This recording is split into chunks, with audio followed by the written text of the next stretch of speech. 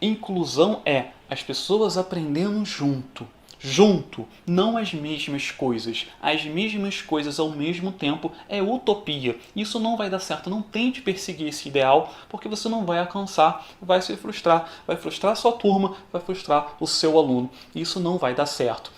O melhor que você pode fazer é garantir que o seu aluno está aprendendo todos os dias. Aprendendo todos os dias. Seja um currículo igual ao da turma ou seja um currículo diferente. Algumas pessoas vão precisar de um currículo diferente. Algumas pessoas vão precisar apenas de algumas adaptações de atividades. O fato é que aprendendo todos os dias na escola é isso que nós queremos para todas as nossas crianças, para todos os nossos alunos. O que é a adaptação curricular? Para falar sobre adaptação curricular, a gente já imagina, né, o que é o currículo. O currículo você já sabe, o currículo comum. O currículo comum tem todos aqueles tópicos previstos para um determinado ano letivo, para uma determinada disciplina. Vamos pegar, por exemplo, a língua portuguesa. O aluno que está no 7º ano de língua portuguesa, por exemplo, ele tem uma sequência de tópicos de conteúdo base que estão na BNCC, né, que são quase que obrigatórios, que são, na verdade, sim, obrigatórios para o aluno ver dentro daquele ano letivo do 7º ano de língua portuguesa.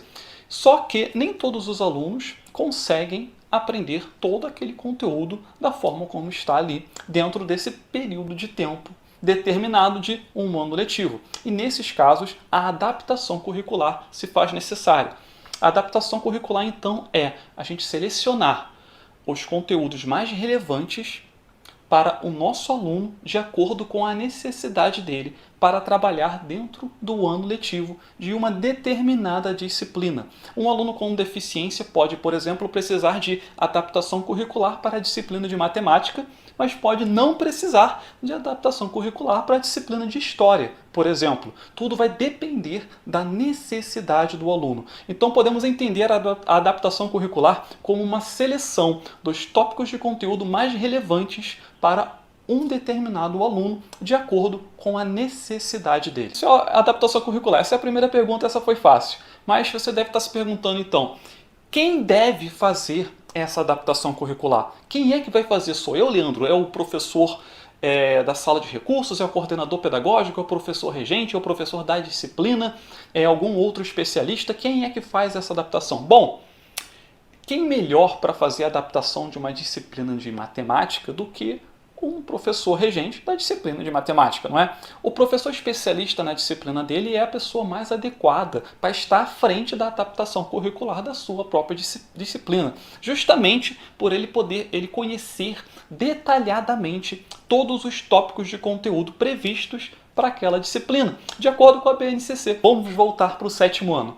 Um aluno de língua portuguesa do 7º ano, ele tem uma sequência de tópicos de conteúdo que para serem trabalhados, que o professor, por exemplo, da sala de recursos multifuncionais pode não entender muito bem, não compreender muito bem como detalhar aquilo, justamente por ele não ter uma licenciatura em língua portuguesa. Ou o coordenador pedagógico pode não entender muito bem de todos aqueles tópicos ali. E está tudo bem. O professor especializado em língua portuguesa é a pessoa indicada a estar à frente dessa adaptação curricular. Porque quando nós formos selecionar os tópicos de conteúdo que serão trabalhados no currículo adaptado individual para o aluno com deficiência, essa escolha ela precisa ser feita por um especialista naquela disciplina. Mas é claro que a adaptação ela precisa ser de acordo com a necessidade específica do aluno.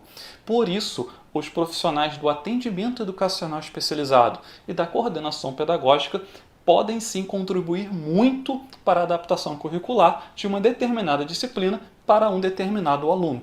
Por isso que o ideal é um trabalho de várias mãos, né? Quanto mais especialistas puderem contribuir para aquela adaptação curricular, melhor. O professor regente, professor do atendimento educacional especializado e o coordenador pedagógico, pelo menos. Mas o professor regente daquela disciplina é a pessoa que realmente conhece o conteúdo daquela disciplina profundamente. E agora a terceira. É obrigatório fazer a adaptação curricular? Leandro, tem alguma lei que me obrigue a fazer a adaptação curricular? O meu aluno, eu preciso fazer isso? Realmente obrigatório? Sim, desde 1996, na Lei 9.000, 394, no artigo 59, vem escrito assim, ó, em 96 estava escrito dessa forma: os sistemas de ensino assegurarão aos educandos com necessidades especiais.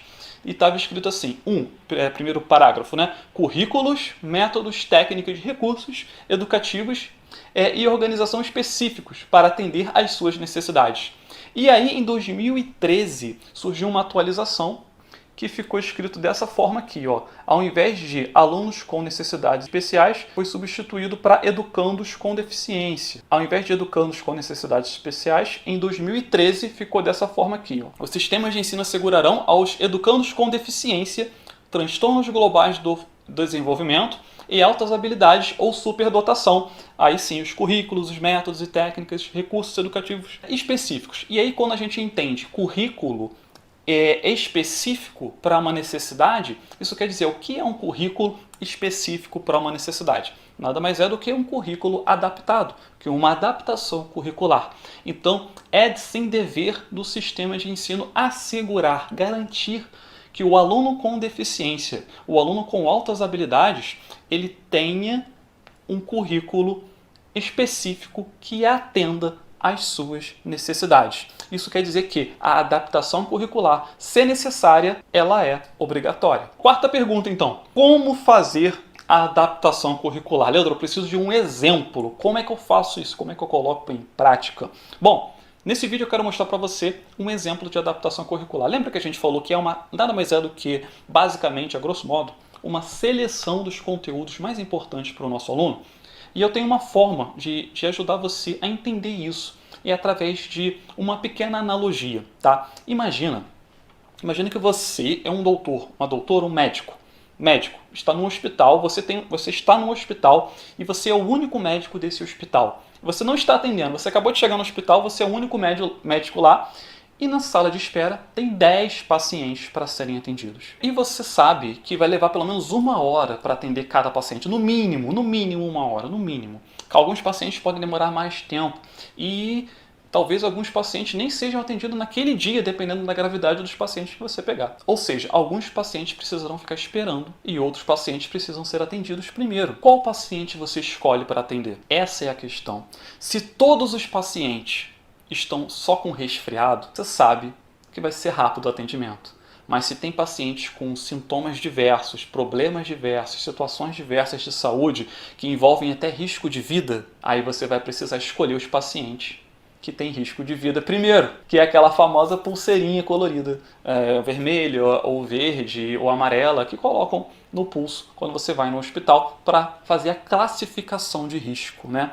A classificação de risco no hospital é o que determina qual paciente que vai ser atendido primeiro por você, doutor. E na seleção do currículo adaptado, a gente pode usar esse mesmo conceito. Vamos fazer uma classificação, mas não de risco, mas do que é mais importante para o nosso aluno aprender dentro desse tempo que você tem de aula com esse aluno. Né? Você tem um período de aula com esse aluno, 1 ano letivo. Dentro de 1 ano letivo, quais são os conteúdos mais importantes para a vida? Não para a sobrevivência, né? A gente não está no hospital, mas para a vida do meu aluno fora da escola.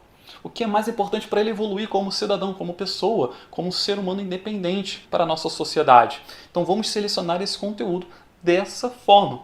Por exemplo, esse aqui é um exemplo de um currículo para a disciplina de língua portuguesa do 7º ano. É muito conteúdo, tá? 7º ano, organização temporal, tipos de discurso, leitura de textos jornalísticos, leitura de textos regionais, textos teatrais, representação teatral, texto expositivo, música regional, paródia, poesia, gênero e número do artigo, gênero e número dos numerais e dos pronomes, pontuação, frase, regras de acentuação. Agora imagina o seu aluno do 7º ano, que não está conseguindo acompanhar isso aqui, por N motivos. Independente do diagnóstico que ele tenha, se ele não está conseguindo acompanhar esse conteúdo, talvez ele precise sim de uma adaptação curricular. E de que forma que eu vou fazer essa adaptação curricular? É respondendo a seguinte pergunta: o que é mais importante esse aluno aprender com qualidade dentro do tempo que ele tem? Lembra daquela história do hospital, né? O que é mais importante esse aluno aprender com qualidade dentro do tempo que ele tem. Então, olhando para o meu aluno, olhando para a velocidade de aprendizado que ele tem, o histórico de aprendizado dele, dessa disciplina, o que ele tem conseguido aprender, a evolução que ele tem tido, fazendo uma avaliação desse aluno, do que ele já sabe, a gente precisa entender, será que ele vai dar conta de todo esse conteúdo aqui? Será que é prudente passar todo esse conteúdo aqui dentro de um ano letivo com ele? Ele vai aprender, a palavra-chave aqui é com qualidade. Qualidade, né? Não adianta eu passar pelo conteúdo, né?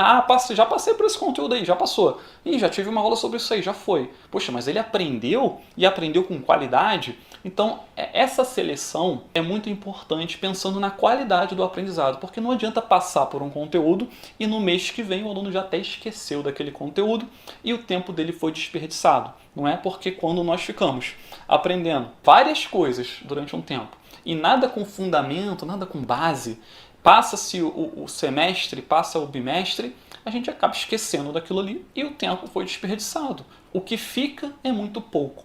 Então, se o que fica é muito pouco, quando passam-se os anos e os meses, o que nós vamos plantar precisa ter muita qualidade. É melhor ficar mais tempo em um conteúdo do que a mesma quantidade de tempo em vários conteúdos, se esses conteúdos forem ser esquecidos rapidamente ou forem ter uma aprendizagem superficial, sem qualidade. O que é mais importante para esse aluno aprender? Com qualidade dentro do tempo que ele tem. Aí a gente olha o nosso currículo e, pensando no meu aluno específico, eu posso entender, por exemplo, que é mais interessante para ele entender pontuação, frase, oração e período, regras de acentuação.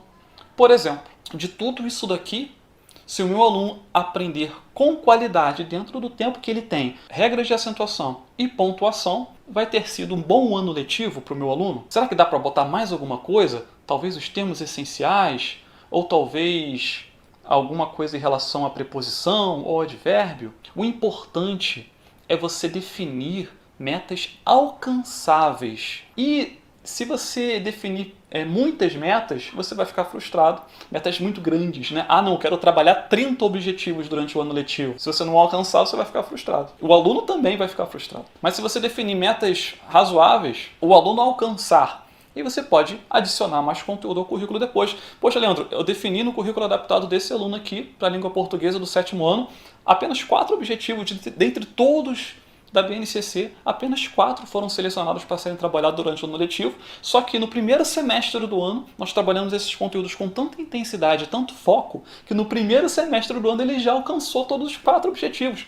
Agora nós podemos olhar o currículo dele e fazer uma nova adaptação, adicionando outros objetivos. Olha só, é melhor fazer isso do que entregar um monte de coisa de forma salpicada e o aluno não entender nada com qualidade, com profundidade. Então, esse seria um exemplo de adaptação, tá? De um currículo do 7º ano de língua portuguesa. Trabalhar apenas esses 4 tópicos aqui, ao invés de todos aqueles outros.